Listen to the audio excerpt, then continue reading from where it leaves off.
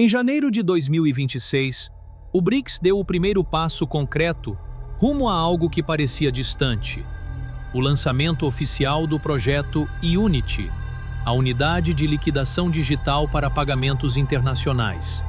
Importante frisar, ainda não é uma moeda em circulação. Ainda não está sendo usada para comprar petróleo ou soja no dia a dia. Mas o simples fato de ter saído do papel muda tudo. Por quê? Porque pela primeira vez em 8 décadas, existe um plano estruturado, com data, com lastro e com países reais por trás, para criar uma alternativa ao sistema baseado no dólar.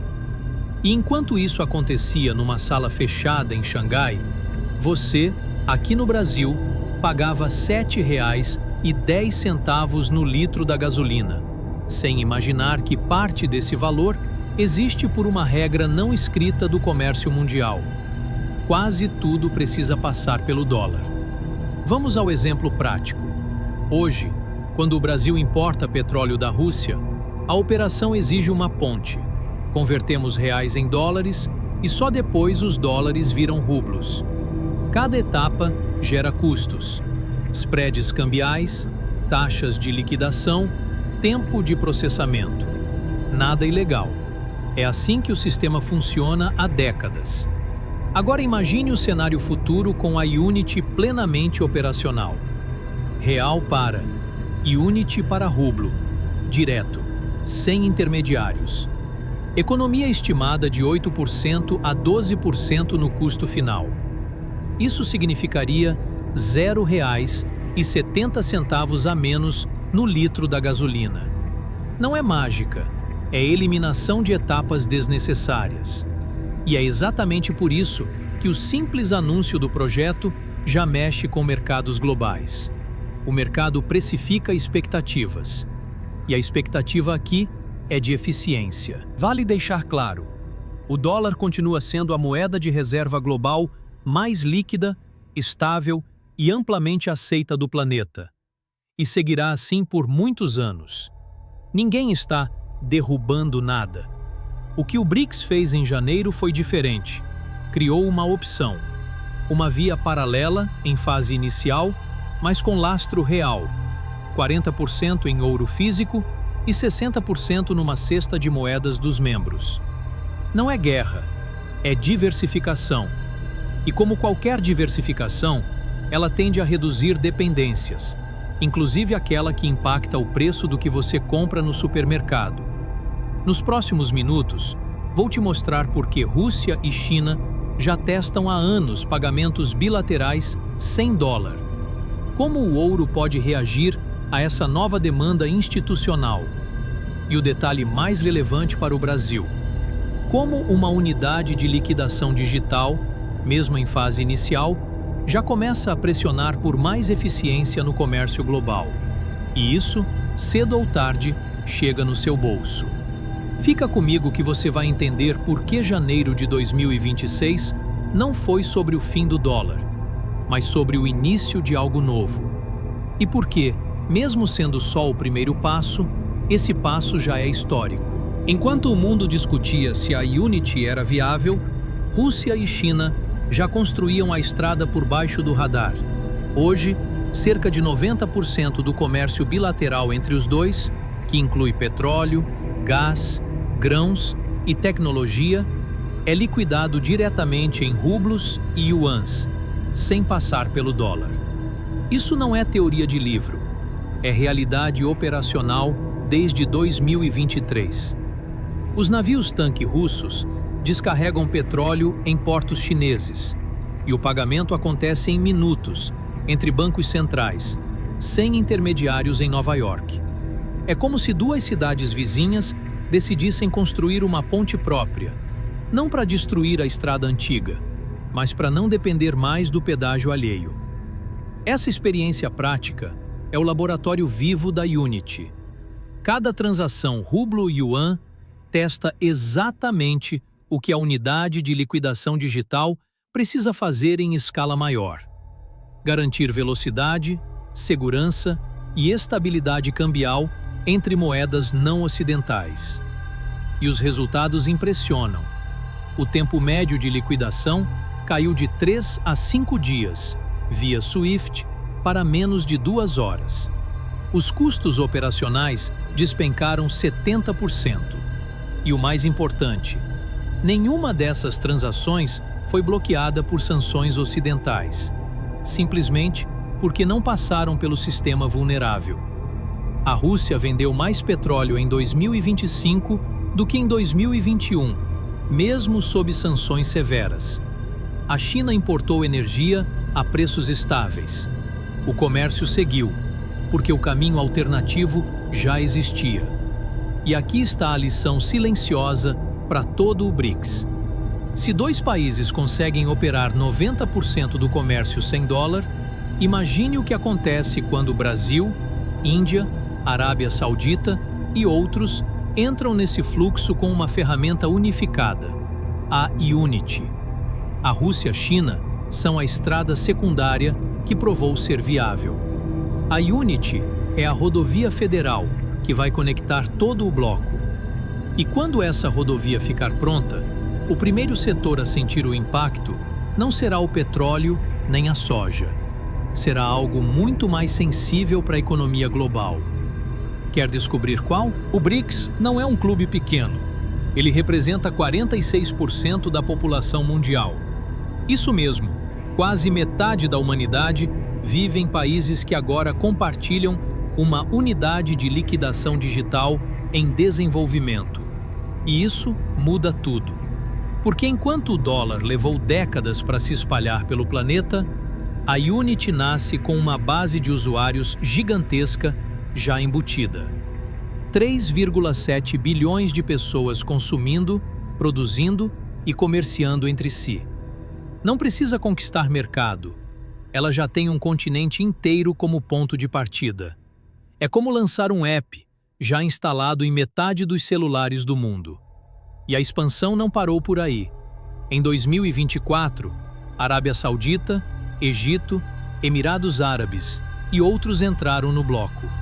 E isso não foi acidente.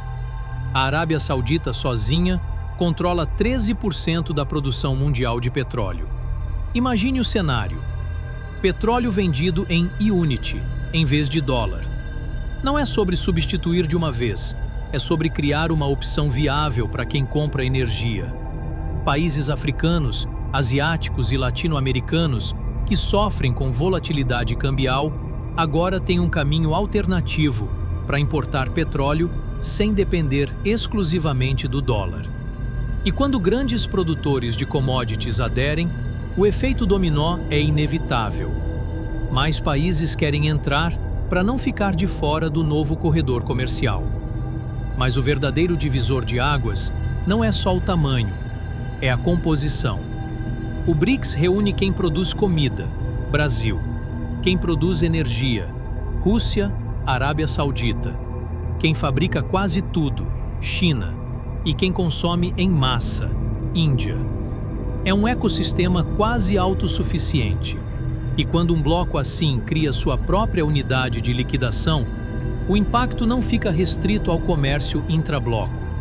Ele pressiona todo o sistema global a se adaptar, inclusive no mercado que você talvez tenha na sua carteira ou cofre. A Unity carrega um segredo que poucos estão enxergando. 40% dela é lastreado em ouro físico, não em papel, não em promessa, mas em barras reais guardadas em cofres seguros. E isso muda completamente a equação do ouro global. Até hoje, o metal precioso era visto como reserva de valor para investidores individuais ou bancos centrais cautelosos. Agora, ele vira insumo estratégico para uma unidade de liquidação que pode movimentar trilhões. Cada nova transação em Unity exige mais ouro nos cofres. Não é especulação, é regra de funcionamento. E quando um bloco que representa 46% da humanidade começa a acumular ouro sistematicamente, o mercado não tem como ignorar. Bancos como o JP Morgan já ajustaram suas projeções com base nesse novo cenário. O preço base agora aponta para $5.000 americanos por onça, até o fim de 2026, um salto de quase 80% em relação a 2024. Mas o cenário otimista, caso a Unity ganhe tração global, aponta para $8.000 americanos por onça. Parece exagero? Lembre-se, a oferta mundial de ouro cresce apenas 1,5% ao ano. É limitada pela própria geologia.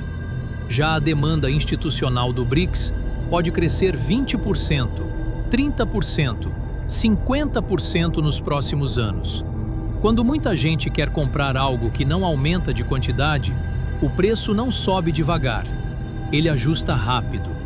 E esse ajuste não vai acontecer na Bolsa de Nova York. Vai começar nos cofres de Xangai, Moscou e Brasília. Mas o efeito mais interessante não é só o preço, é o simbolismo. O ouro volta ao centro do sistema financeiro não como moeda do dia a dia, mas como âncora de confiança entre nações.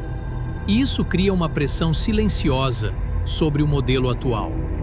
Se o dólar depende da confiança na economia americana e a Unity depende da confiança no ouro mais PIB coletivo do BRICS, estamos diante de duas promessas diferentes. Uma baseada em política fiscal e déficits, outra baseada em ativos tangíveis e produção real. Qual delas o mercado vai valorizar mais nos próximos anos? A resposta pode redefinir não só o preço do ouro, mas o próprio conceito de moeda de reserva. E isso nos leva direto à pergunta mais incômoda para Washington. Desde Bretton Woods, em 1944, o dólar carrega um benefício único: ser a moeda de reserva global. Isso deu aos Estados Unidos o chamado privilégio exorbitante, a capacidade de emitir dívida em sua própria moeda, financiar déficits maiores e influenciar o comércio mundial com uma alavanca poderosa. Não é maldade, é vantagem estrutural. Quando todo mundo precisa de dólares para comprar petróleo ou vender soja, a demanda pela moeda americana nunca cai, mesmo em crises. E essa posição confortável durou quase 80 anos sem concorrente real. Mas a Unity não veio para destruir o dólar, veio para quebrar o monopólio. E monopólio quebrado vira competição. Quando países têm duas opções para liquidar um contrato de $1 bilhão, dólar ou Unity, eles naturalmente escolhem a mais barata, rápida e segura contra sanções. Não por ideologia, por eficiência. E quando parte significativa do comércio mundial migra para uma via alternativa, a demanda global por dólares desacelera. Não some, só deixa de ser obrigatória. E quando algo deixa de ser obrigatório, seu preço e seu poder ajusta. É lei de mercado, não vingança geopolítica. O efeito prático já aparece nos bastidores. Países produtores de commodities começam a negociar descontos para quem paga em Unity. A Rússia oferece petróleo 2% mais barato para quem liquida $100. A Arábia Saudita estuda algo similar. Não é guerra, é oferta e demanda. E se essa tendência se espalhar, o Federal Reserve perde parte do seu superpoder: controlar juros sem se preocupar tanto com a demanda externa por dólares. Os Estados Unidos seguirão sendo a maior economia do mundo, com moeda forte e estável. Mas pela primeira vez em décadas, não serão a única opção. E quando o mundo tem escolha, o poder se dilui, naturalmente. Agora, quem está observando essa mudança de perto não são só os membros do BRICS. Países que nem sequer fazem parte do BRICS estão de olho na Unity, e não por alinhamento ideológico, mas por pragmatismo puro. Nações como Indonésia, Nigéria, Turquia e Argentina sofrem há décadas com uma armadilha cruel: dívidas em dólar que explodem quando a moeda americana se valoriza. Em 2023, a Turquia viu seu custo de importação subir 30% só pela oscilação cambial, sem mudar nada na economia local. A Unity representa uma saída, um sistema onde você negocia com parceiros sem amarrar seu destino à política monetária de outro país. Não é sobre escolher lado, é sobre recuperar autonomia. E o movimento já começou. Em 2025, a Indonésia, maior produtora de níquel do mundo, fechou acordos piloto com a China para exportar minério usando mecanismos inspirados na Unity. A Argentina, desesperada por reduzir dependência do FMI, entrou em conversas avançadas para usar a unidade em pagamentos de trigo com o Brasil.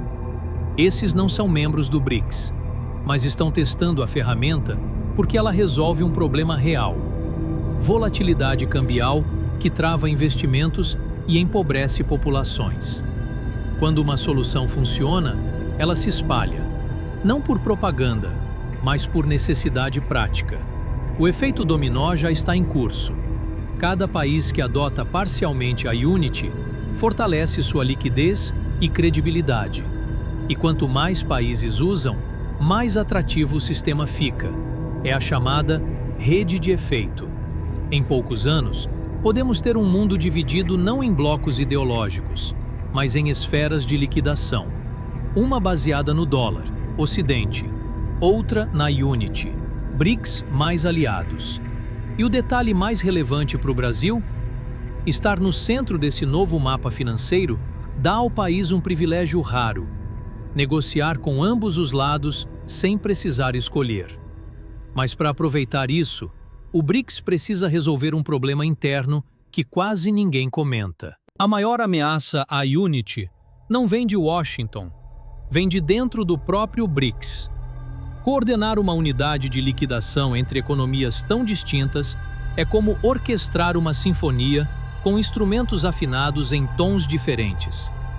A China quer exportar tecnologia, a Rússia quer vender energia, o Brasil quer escoar commodities agrícolas, a Índia quer proteger sua indústria nascente.